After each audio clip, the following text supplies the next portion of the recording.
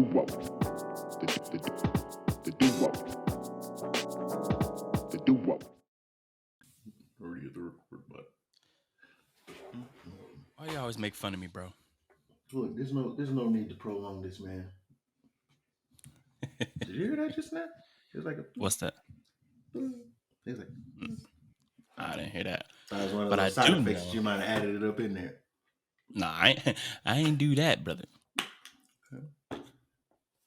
This is the Steve Smith episode, Dane, episode 89 of the Duo Sports and Stuff podcast. My name is Deonte, joined by my brother, my guy, my ace, my best man, Dane. How are you doing, brother? Pretty good, man. Pretty good. That's a hell of a superlative. Pound for pound, the best wide receiver the NFL has seen. First ballot? First ballot should be. Yeah. Should be. He should be. Favorite Steve Smith moment? Shoot. I won't say a favorite, but it just popped on my timeline the other day when he cleaned up Von Miller. It's like his last year in Carolina. Filthy work. I think Cam Newton was either scrambling or he dumped it off to a running back, headed to the sideline.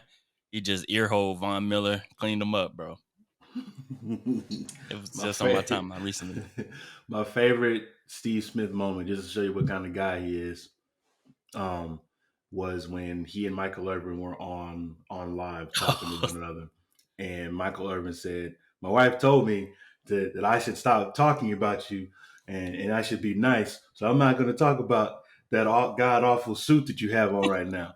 And Steve looks so like frustrated, man. He's like he's ready to swing on him. Like, and this is Michael Irvin we're talking about. The guy that, allegedly stabbed somebody in the neck with a nice pick. But he said he looked straight at the camera. He said, Mike, next time I'm in Miami, I'm gonna whoop your ass. I'm gonna whoop your ass. I don't play these games. And he was dead serious. He was dead serious. So obviously, it speaks more to the passion that he has and just the mentality he had. But he wasn't. Steve Smith did not take nothing from anybody. Right. Anybody. So when you said ice pick, that reminds me. There's also a clip from, I don't know which game it was from, but he was saying "Ice up, son." Oh yeah, telling him to ice up. But yeah, like you said, pound for pound, one of the toughest, most physical receivers to play the game. And he was only like, how tall was he? Like 5'9", 5'8", like maybe look with the cleats on 5'8", 5'9". Yeah, but you're gonna feel him. And now he's the assistant coach for the New York Giants. Now I believe he announced that not too long ago. And has his own podcast as well, doing good things. So the Steve Smith episode, shout out to Steve Smith. But Dane, I always get, in the morning, get started with a cup of coffee. And lo and behold, this is my second cup because the first cup I spilled all over my desk, all over my computer equipment right before we came on, and it was like full of coffee. So did you soak it in rice? Did you soak the desk in rice? Almost, yeah. I had to wrap it in plastic, and but I'm not gonna let that distract me from having a good episode 89. You've been rocking with us since episode 1, since episode 0.5, the introduction. Yeah, we appreciate it, man. We keep on rocking. Appreciate Andrew Romero coming on, producer from the 30 for 30 documentary, The Greatest Mixtape Ever. If you haven't listened or watched that, go ahead and check it out on our previous episode 88. You won't regret it. You won't regret it, for sure. And I had also mentioned on that episode, if you could see again, that my house is kind of bare. Butt naked, if you will. But bucket naked. And if you don't follow me on social media, if you just follow the podcast, then you probably don't know. Drum roll. I am headed to Bristol, Connecticut, ESPN, man. Round of applause for me. No.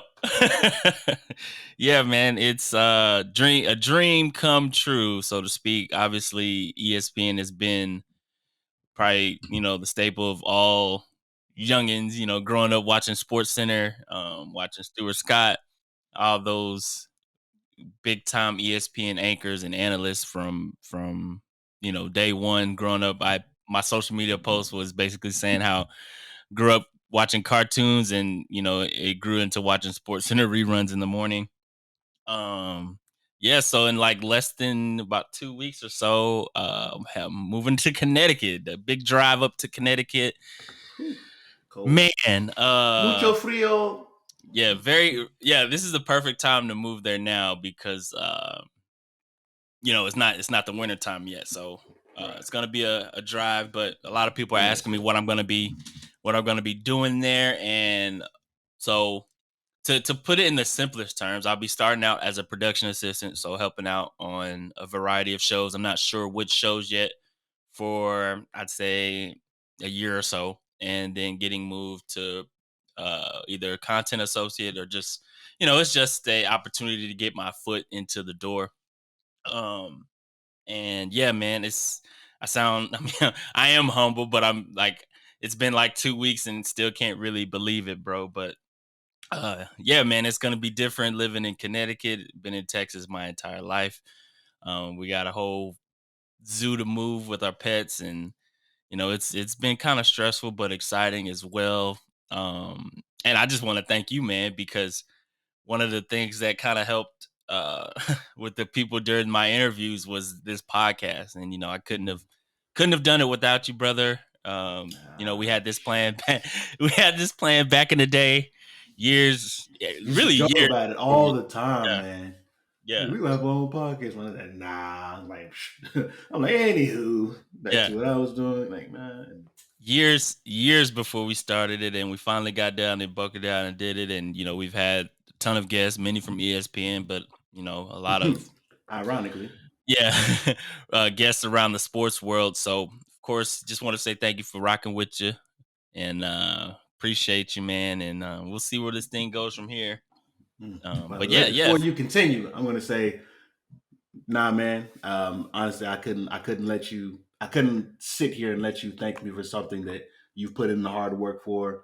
It's something that I, of course, close with you, so I know that your aspirations and some of your dreams that you've had. So you did all the hard work, man. I might just been there cheerleading you on the way, and I'll continue to cheerlead you on. And this is going to be fun. This is going to be very fun, just watching the journey that you take on, and I'm excited.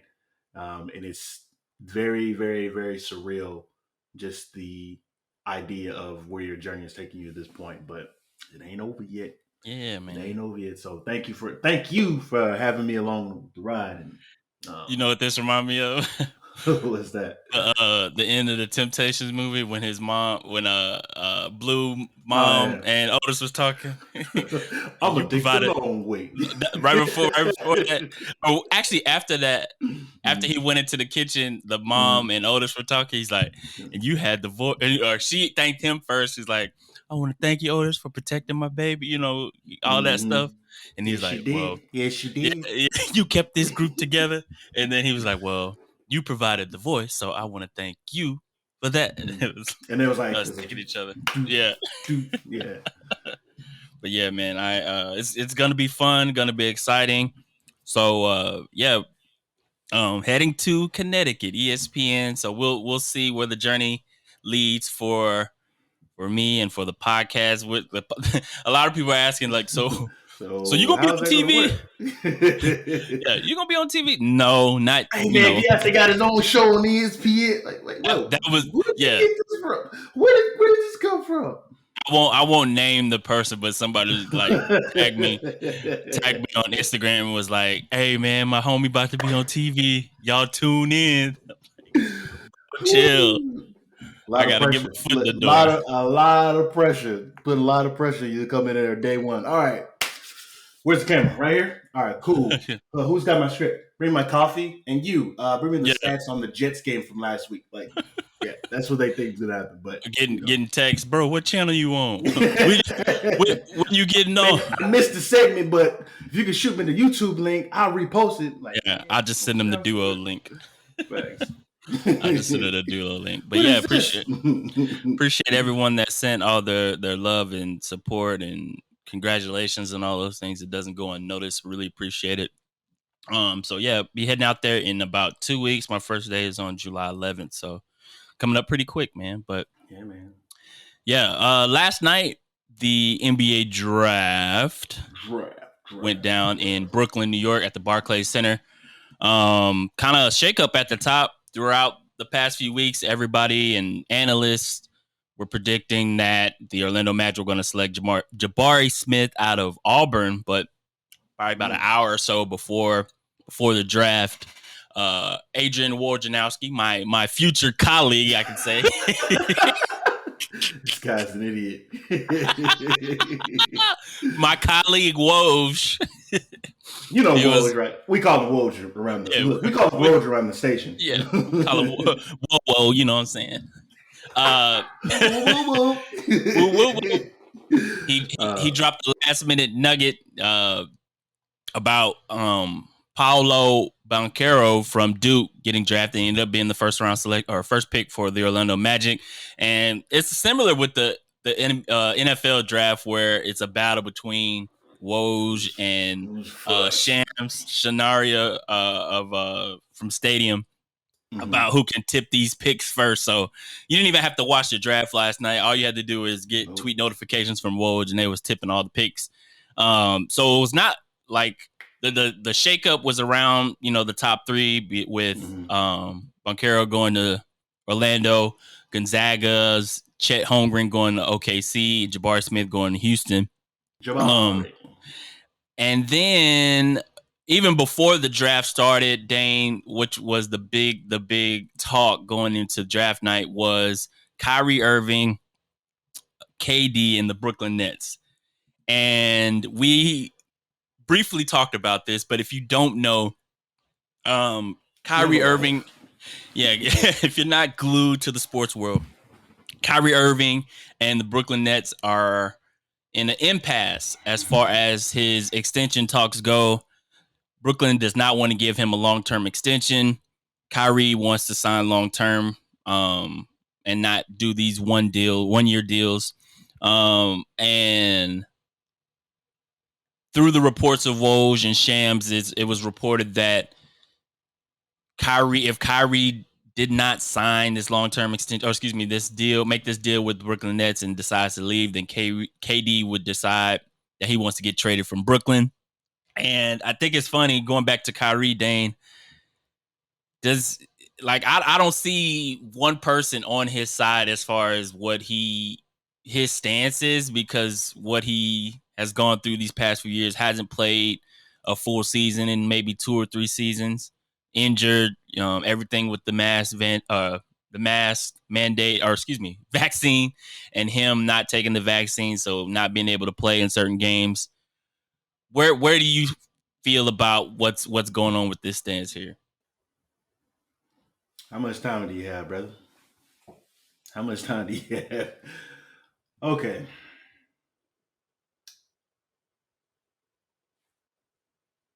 I'm at peace that there is going to be drama.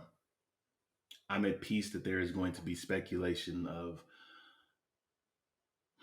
this particular talented individual, very talented point guard, generational talent in terms of ball handling and IQ. But everything else that comes with it, it's like you need a separate roster spot just for that. You need a separate roster spot just for that, just for everything else that's going to come with it. Not that could be problematic, but you just never know. You just never know, depending on, whatever situation might be, having his attention, or whatever situation might be causing, him some pain, or what the case may be. You just never know with Kyrie. And I'm not going to sit here and try to tell you or predict, but what I will say, selfishly, as a Lakers fan, and the opportunities that may exist or not exist because of the lack of cap space, we already have enough problems as it is. It's already a circus in LA. And adding another piece to that would be just like, oh my God. And you mentioned that because I forgot to mention when I was talking that Kyrie, it's reported that it's past the point of no return, where he's already given a list of teams he'd like to do a sign and trade deal to. and that list includes your Lakers, the Clippers, the Knicks, Miami Heat, Dallas Mavericks, and the 76ers. Because none of those teams have the cap room to None just of go straight up deal for him without the them. Nets' help. Right. So They'd that's have to the eat a list. lot Is of that. They'd have to eat a lot of that cost. And like, right, is and I think, who in the and it's funny because we didn't see this team. I mean, we saw a few games. You had mentioned to me yesterday about you didn't realize how many games KD and Kyrie had played together. What was it? You said something it like, was you a said it was very less low than, amount. It was like one of the analysts from one of the three-letter networks that tweeted out a list of players, a list of duos, if you will, no pun intended. right. Over the course of the last 20 or so years, that played together long. That had small stints. That played together longer than Kyrie. Played more games together than Kyrie and KD did. And upon that list, they was something like one. Of course, I remember. I believe Kobe and Nash was up there. I was like, dang, they definitely didn't play a lot together. So you mean to tell me they're like that was? But I'd have to find that list. But it's astronomical. Just like, man, these guys have been together for so long, and they literally haven't shared the court with one another for one reason or another. And that's the risk that you're going to have to take. Or correction, this is the risk that the Nets are going to have to take when they agree to sign him to this lengthy contract, eat a bunch of that cap, and then and trade him that's off. Like, and that's so crazy because he if he opts in and like he's saying, mhm, okay, I want to rock and roll with this season, it's right. 36.9 million, bro. Like if he decides to not sign, he's Whew, deciding I don't want to play for 36.9 million. That's a lot of money. a But lot of for money. someone like Kyrie Irving, like it's not surprising with everything that we talked about. What he is, how his stance has been on different issues going forward. Like he hasn't really been all into basketball. Um, I guess I mean when he's on the court, he's phenomenal. We had mentioned that, but Very, very much so. it's Undeniable. him getting him on the court on a consistent basis, playing, you know, like the Kyrie on and off the court that we've seen the past few seasons. But he has until Wednesday to decide whether he will opt into the final year of the 4-year max contract he signed in 2019 when he and Kevin Durant chose to join the franchise as free agents. Like I mentioned, if he does, he will be on a $36.9 million deal for next season and then be an unrestricted free agent in July of 2023. On the Kevin Durant side of things, say if go ahead. I found it. I found Go it. ahead. Go ahead. I, so here's the list of duos that played more games together than Kyrie and KD. Shout out to Fadeaway World on Twitter. So LeBron and Shaq, 53 games back in those Cleveland days, a bunch of which we don't acknowledge those Shaq days, those later Shaq days. But Kobe and Steve Nash, 48 games. Rasheed Wallace and AI, 48 games. Vince Carter and Hakeem Olajuwon, 47 games. And of course, Dirk and Rajon Rondo, 45 games. So that just gives you an idea, like the number isn't that big as you would expect it to be. Pause. Man, that's crazy, man. Yeah, and on the KD side of things, you gotta you came He gotta be you came there pissed. with Kyrie. You got James Harden there at one point. James stayed for maybe one season. You get Ben Simmons in return, and it's like I don't know if you remember in that last season in that series against Milwaukee, where they almost beat Milwaukee, but his foot Right. was on the line on that 3-point shot. Yeah. And He's a that good changed the athlete. course of history for the franchise. It seems like if this all falls apart, you could By just a few inches. jokingly blame it on A jokingly few blame like a few inches. yeah you could jokingly blame it on his long ass foot. They say what if his foot size was like half the size of what it was, we wouldn't even be this whole thing would be the course of history would have changed. So in an alternate universe, Kevin Durant isn't, creeping on 7 foot. He's 6'2" or 6'3", and he Right. makes that shot, and the shot counts for 3 instead of 2. So yeah, I don't know. I'm thinking out of all these teams, hypothetically, if Kyrie gets traded, I'm looking at this list: Lakers, Clippers. I Clippers. mean, Clippers looks like a good fit for him. I even think the Lakers would be a good fit as far as what y'all need, like of what he can provide on the court besides the off Yeah, the court antics. I Like, mean, not denying that if he's a general asset, he makes any of those teams that are listed. He makes every single last one of those teams better agreed. on the court. But you have to worry about everything else, and that's not to say or take a shot at his mental health and mental well being, but it's just that's the risk that whatever organization decides that this is something we're going to pursue. That's the risk that they have to take, and there is going to be now. I don't want to say circus because that's a negative connotation associated, but there will be lots of cameras and lots of microphones and a lot of people watching and listening just for the sake of, okay, how is Kyrie feeling today? Yeah. So, Yeah, man. could We you will see imagine how him in that. Dallas? I can't see him. I mean, Can you Luka's so imagine? balled. Can you imagine him in the city of Dallas? No. I mean, I'm trying like on the court. We Two putting ball up points like dominant crazy. players. Yeah, but you Yeah. got two ball dominant players that depend on the rock. But hey, we we scoring, we getting buckets over there. You know what I'm saying? Getting buckets. But yeah, this saga is gonna go either route pretty soon. Has him till Wednesday to figure out what he's gonna do about that contract. Hey, So you know what's crazy, Deonte? Before you move on to the next point, we're in I guess you can say the valley of sports news and sports happenings. Obviously, we have a ton of baseball fans out there. Great, wonderful. Um, in terms of no real football, no real basketball. Of course, we have draft coverage and off-season issues that will inevitably come up. But this happening essentially just a few days after the NBA season ends, this is like the most NBA thing, period. Just the news cycle itself. So it's going yeah, to be interesting. yeah. It's filling up the talk shows, with content that they Yeah. need during this time of the year for sure, man. A gold mine. It's A gold exactly what mine. we needed. Yeah. Yeah, we should have some update by our next episode. And switching gears here. There, as we're recording this episode, Dane, I don't even know if you saw it. This is like a full 180 right here. Yeah. Do you The think? Supreme Court just overturned Roe versus Wade, eliminating the constitutional right to an abortion in the U.S. Which, yeah, it Holy saying crap. that doesn't even sound like real, but that's Wow. where we are in the world today. And I brought that up because my next topic was about Title IX and the anniversary. It's been 50 years since Title Wow. IX became U.S. law to make a law against gender discrimination in education, and activities and things of that nature. And as I mentioned, like literally before I'm getting into the topic, that news about the Supreme Court goes down. So that just goes to show you how, Man. yeah, how women are continuously in an upward fight.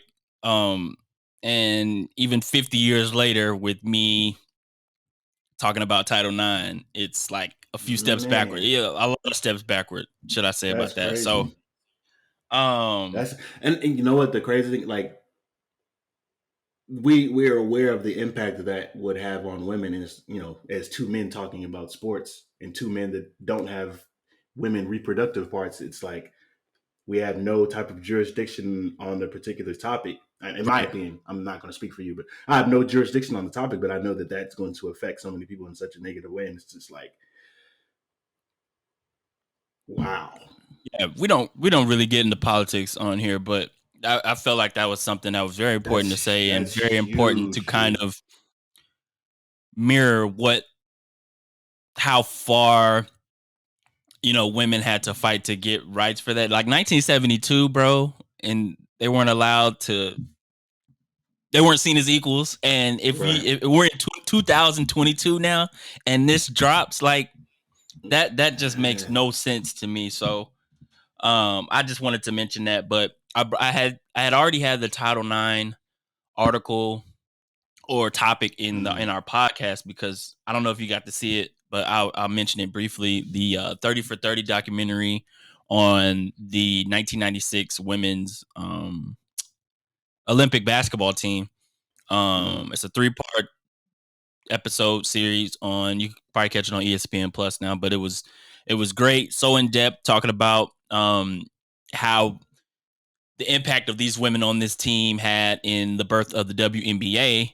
They had everything on their shoulders. They didn't win the gold in 1992, and so David Stern and a lot of the people in the NBA decided that they needed to um, build the Olympic program for women's basketball, similar to what they did with the Dream Team, the previous Olympics. And so basically, it's just a quick synopsis. It's basically talking about how this women's team, there was so much pressure on them to get gold because this result was dependent on if the WNBA was going to be a thing. And so with them going on and winning gold, it kind of brought more attention to women's sports, because the only thing associated with women's sports at that time, like on a higher level, was gymnastics, swimming, things of that nature. So it was a great insight. They had, Don Staley, Rebecca Lobo, a lot of those people that was very intricate to the success of the teams. Cheryl Swoops. So when you get a chance, check that out. It's on ESPN Plus. It's called Dream On. I did message the director because we've been so lucky to get people that were a part of the documentary to come on the show and talk about it. I messaged her one time. She hadn't responded yet. So still going to try to push for that for people that would want to hear it. And I'd definitely love to hear what she would have to say about the process and things of that nature. So that's called Dream On. It's on ESPN Plus. Very, very important, and especially because of the 50-year, anniversary of Title IX and what we are going through right now. So, yeah, check that out if you get a chance. Yeah. It is on ESPN Plus. Great watch, and yeah. In college football news, Dane, it took the college football world by storm yesterday. The the next Manning, Of course. the nephew of Eli and Peyton Manning, Arch Manning, he had made a Twitter account long before, but his first and only tweet yesterday was a picture of him in UT gear, throwing a ball, saying committing to the University of Texas, #hook'em. Internet went crazy. Arch Manning is one of only 3 quarterbacks to get a perfect rating in recruiting rating. The other were Vince Young, who went to Texas, and Quinn Ewers, formerly of Ohio State, now with Texas, slated to be the starter for Texas today. And I think I know why you're saying, But before I get to you, man, Interesting. apparently Texas beat out Georgia and Alabama. Had offers from Ole Miss as well, LSU, probably every school in the SEC that's was linked to Manning, and it was reported that Texas and Oklahoma is heading to the SEC. Right now, they're still saying 2025. It could be earlier than that. We still don't know. It'll be sooner than that. We briefly spoke about this off mic yesterday, Dane. But what was your first kind of reaction to it, of him committing? And I'll go after you, but go ahead. I was like, I guess. I mean, it's not like it's going to change anything. But I mean, listen, I've had some time to sleep on this, obviously, but I'm happy for them? Question mark, because it's great the idea of you having this highly touted, highly ranked, coveted quarterback, but at the end of the day, is he's got the world, the weight of the world, and the weight of Texas, the state, and the fandom that follows it will be on his shoulders, and they better hope and pray that he has a support system. I mean, obviously, you have 2 Hall of Fame level, talented family members that are capable of pouring into him and letting him know how to navigate these waters. But this is a whole different ball game. He's got a lot to live up to, and then 2, The other thing that came to my mind for Sark is this a good problem to have with two of the best quarterbacks that we've seen, and we'll see how in the future how they're going to be remembered and written in history. But you can say based on where the chips fall in terms of where they ranked at is two of the greatest quarterbacks that this generation will see in terms of high school rankings. So I don't know where this is going to lead, the expectations or the performance of Quinn Ewers. But if you thought the Manning kid has a lot of pressure on his shoulder, or if I thought the Manning kid has a lot of pressure on his shoulders, then Quinn Ewers has probably 2 or 3 times the amount, because he has to maintain that reputation of, well, I was in a league of my own. I was the only other guy that had this high ranking coming out of high school, and I was supposed to be the guy. And now you have this guy that's supposed to be the guy. So they both can't be the guys, right? In a perfect world, Dane, this is what I have friends, and you have friends that are Texas fans, but one particular friend messaged me with a tweet from one of the Texas analysts that they have. This is in a perfect world. This is what the University of Texas wants, right? They Mm-hmm. want Quinn Ewers to win the starting job this season and play well. This is the 2022 season, so Arch Manning isn't coming until 2023. So they need Quinn Ewers to win the starting job, play well this season. Mm-hmm. Next season, Arch Manning comes in. Quinn Ewers is still the starter. They need Quinn Ewers to play well again, well enough to leave to go to the NFL. At that same time, Arch Manning is redshirting. Then Quinn Ewers is gone. Then Arch Manning comes in next season as the starter in 2024. That's in a perfect world scenario, right? But we know we're not in a perfect world. We are in a world of the biggest transfer portal that we've known in history, NIL, all those things. Go ahead. Fairy tale. What you just said, all that was a fairy tale. But Fairy tale, continue. yeah. Fairy tale dream scenario, right? But yeah, like I mentioned, we're not in that. We are in a transfer portal world, NIL world, play me now world. And I'm not saying Arch Manning is that guy because he's coming from the Manning family, known as a humble, we know all about the Mannings, right? Mm-hmm. But you mentioned something about Quinn Ewers, right? Right. And we know Texas football is probably the highest pressured environment to play in. One It of the ain't top, won nothing. It ain't won nothing in a long time. Not since you and I were in middle school. right? And exactly great point, because that's only adding to that pressure, right? They're Right. fiending so much for success at that program, and with Steve Sarkisian there, like, I mean, he's done great with quarterbacks in the past. He's coached Matt Leinart. Jake Locker was great in college before he got to Yeah, the I'm like, pros. you saying a lot of good Um, stuff about college players. I don't want yeah, you to yeah, transfer to the NFL at all, but right, right. proceed. On Proceed, the brother.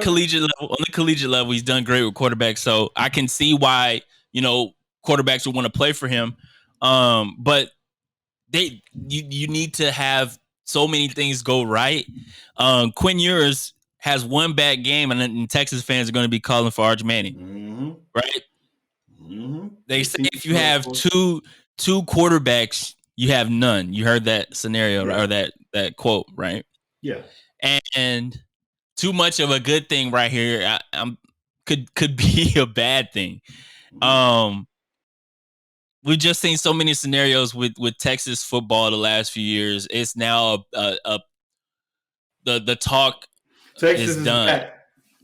Right.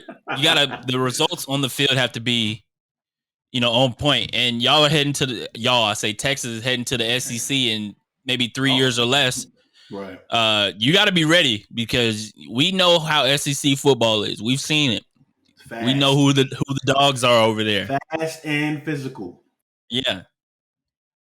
So, yeah, man, it's gonna be real. I had JJ already hit me up talking about scary Oh hours for my. y'all. I'm like, bro, you were talking to the reigning Big 12 champs over here.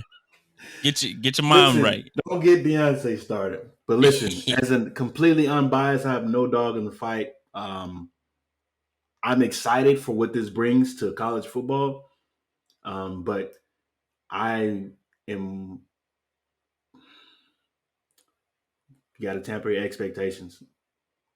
Yeah. And how? Okay, we know he's the perfect recruit, right? And we talked about this as yesterday as well.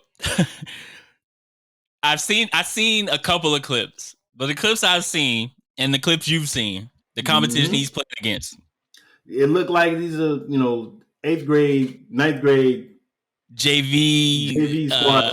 Like he's throwing over the middle, and like the linebackers are like 5'2". There's nothing against vertically challenged people. My wife is vertically challenged. Like I used to be vertically challenged. Mine too.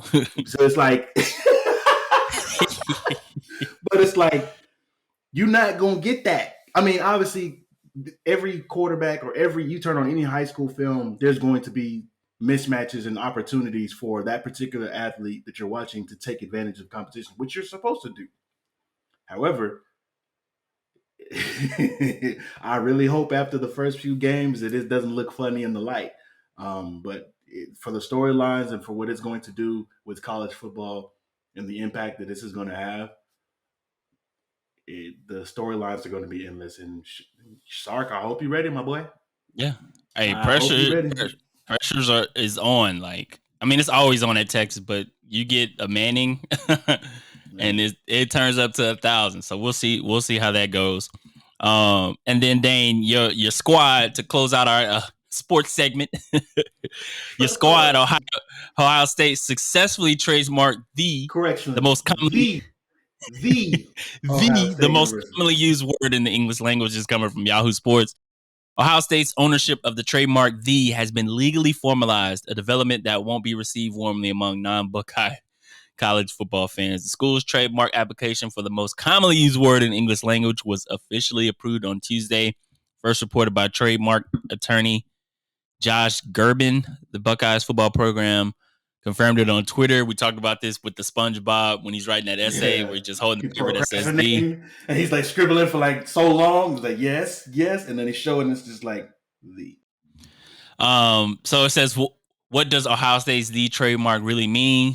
It says, to be clear, you do not have to pay Ohio State to use the word "the." The trademark only pertains to Class 25 clothing, basically, and only in the realm of the sports apparel as outlined in the application. So this is only adding to it's only adding to what now Dane always I don't approve of this crap at all. Listen, if you were in the state of Ohio, and I'm not sure how this works in terms of the allocation of money or funds associated to do something like this, but there could have been plenty of other resources or plenty of other things you could have dedicated those resources to. But I mean, whatever. I'm a fan, but it ain't that damn serious. It ain't never that dang serious. Nah. I understand it though. I understand it. You know, a university, an institution of this prestige is just had to add that in there for you, brother. Yeah, I got you. Of course, the little subtle, not so subtle jab. Yeah, of course. That sounds like something a Texas school would do, but that's just stupid. I'm sorry, but that's just stupid. As often as I poke fun of it, it's just it's stupid. That's funny. All right, now it's time for What's that sound?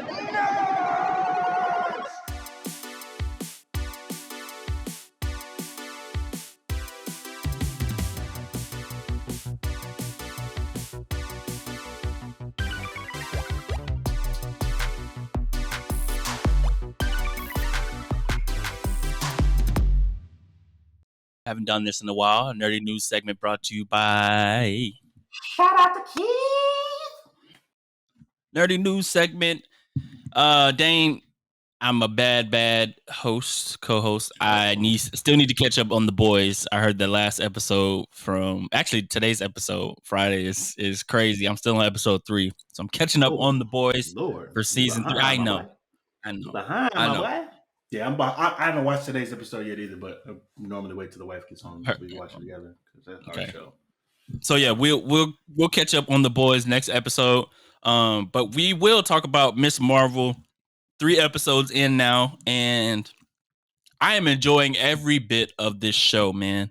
It was, it's when it was first announced and with all the trailers, people were like, it's going to be a teen show. I mean, and it has You can say that about any of the Marvel entities. All of them are meant. I mean, not meant for kids, but by and large, most of the people that are occupying those seats in the movie theaters, they're freaking kids. Yeah.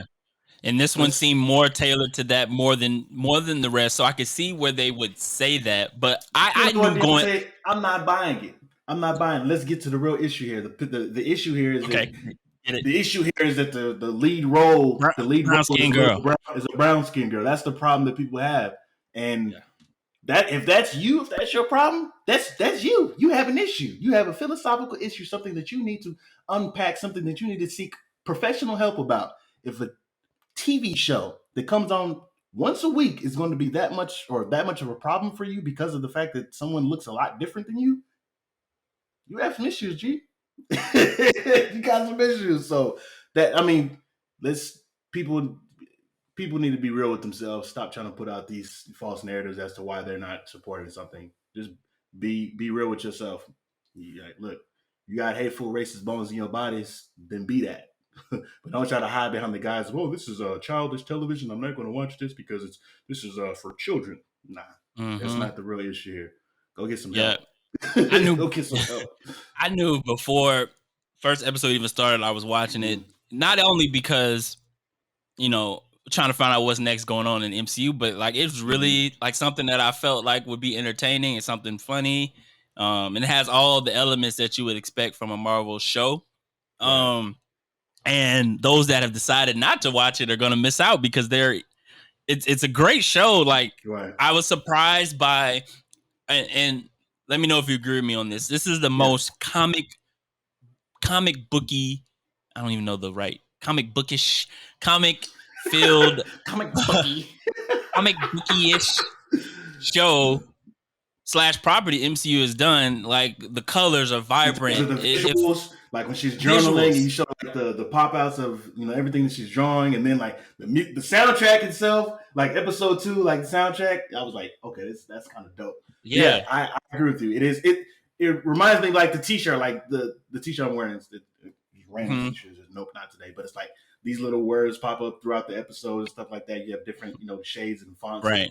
Stuff that looks like straight out of the comic book. Right. It really feels like we're watching a comic book on the screen, which it's very appealing. It attracts the audience. I know it attracted me to the screen. When Karina watches it, she enjoys it.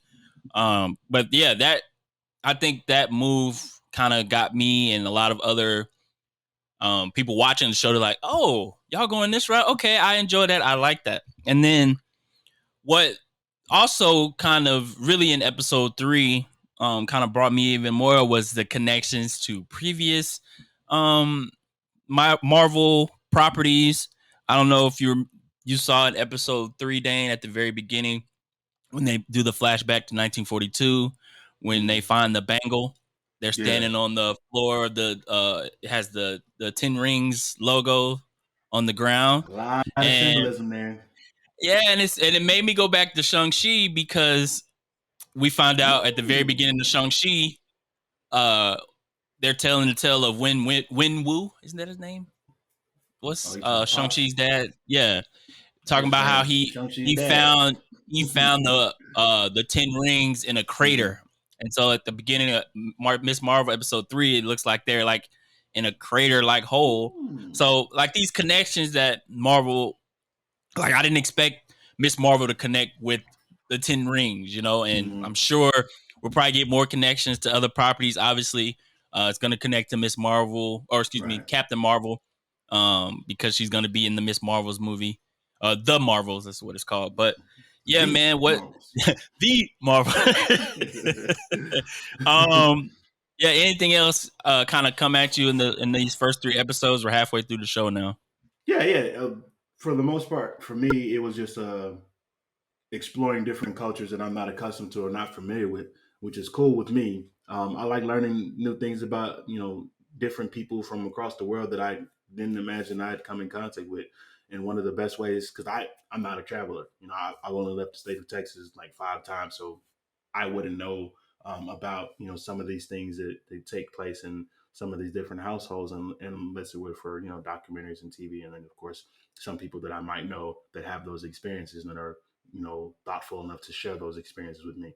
So just seeing the way that the family dynamic is situated with this particular family is kind of just gives you um, another appreciation or just another look into how things go.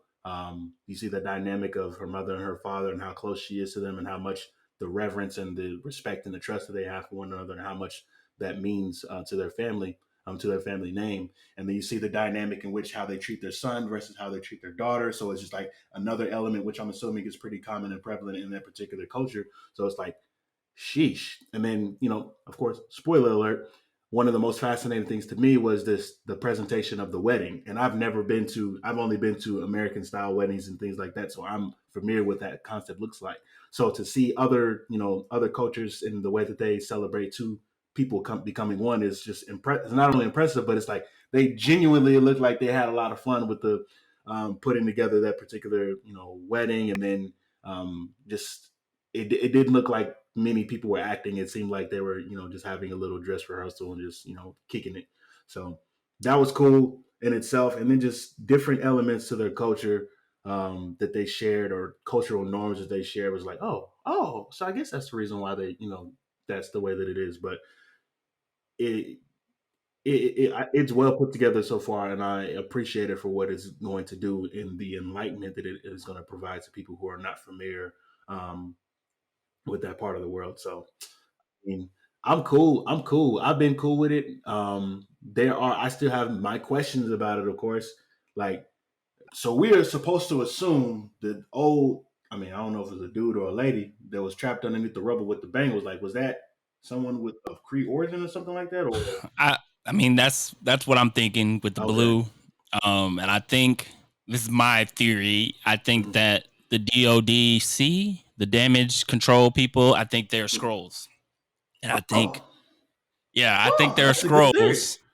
And that's why I believe they're after any kind of technology um, that Good comes scrolls about or because bad scrolls?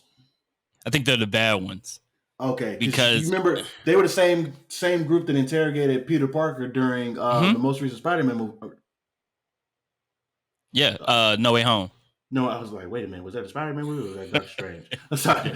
You know, right? But he had mentioned during that interrogation that, that Nick Fury is not on site or not on plan. I'm like, wait, how do you know that? Type of obviously there's, multiple ways for him to find that information out, but other than him being, yeah, I don't know. Yeah, I don't know, but I'm sure we find out more in these endless next three possibilities. episodes. Yeah, I think it's that's her connection. I think this show is going to be that connection to the Marvels because Mhm. we're going to find out that they're scrolls and the Bengal is part of the Kree Skull War. Because we know that uh, the uh, the rings, the Shang-Chi 10 rings are alien Mhm. technology. And Right. if you remember at the end credit scene of How they have the little inscriptions on Shang-Chi, it, like blown up. yeah, right. And it was at the end of the post-credit scene for the 10 rings was Captain Marvel, Bruce Banner, Shang-Chi, Wong, all talking about the 10 rings. And so I think those 10 rings are connecting with the Bangle. We're going to find out how all those are connected in both the Marvels movie and Shang-Chi. So could be some kind of team up at some point talking about these Bengals and this Kree Skull War at some point. But I think it's all gonna. That's why I like this show because you didn't know going into it to be connecting to the much larger properties like that. Right. Um, and I'm glad it looks like it's going in that direction. So yeah, We man, gonna find out. We we gonna gonna find see. out. Yeah, We are man. gonna see. When does Yeah, Miss. Invincible I'm come back? Do you remember? about to look it up. 'Cause I don't Probably remember, shouldn't and I be. don't want to look it up and it'd be like, oh, it's not coming back for another 2 years. I'm like, oh boy. They announced the season 2, but they didn't announce when yet. Got you. Bummer. Yeah. Yeah, man. But episode 89 of the Duo Sports and Stuff podcast in the books. Dane, anything you want to say before we get out of here, brother? Nah, man. Just gotta remember sometimes in life you gotta take a L, but not for me, not for us. We're gonna keep getting these dubs. We'll stack these dubs on top of one another. Nah, but in all seriousness, man, um, it's gonna be a hot summer. So make sure you stay hydrated, stay in shelter, and do what you can to spend time with your family and pass the time. Because man, Mm-hmm. life is too freaking Yeah. short. Yep. That's all I got. Drink Couldn't water, agree mind more. business. And appreciate those that have been rocking with us since, like I said at the beginning, since 0.5. Y'all have helped us to keep pushing on, and Yeah. even the people that watch this, I thank them as well for helping us get this opportunity. I say us because this this for both of us with me heading to Bristol and stuff. So appreciate those that continue to rock with us, and make sure you check us out on Apple, Spotify, YouTube. Dane, what do YouTube people say?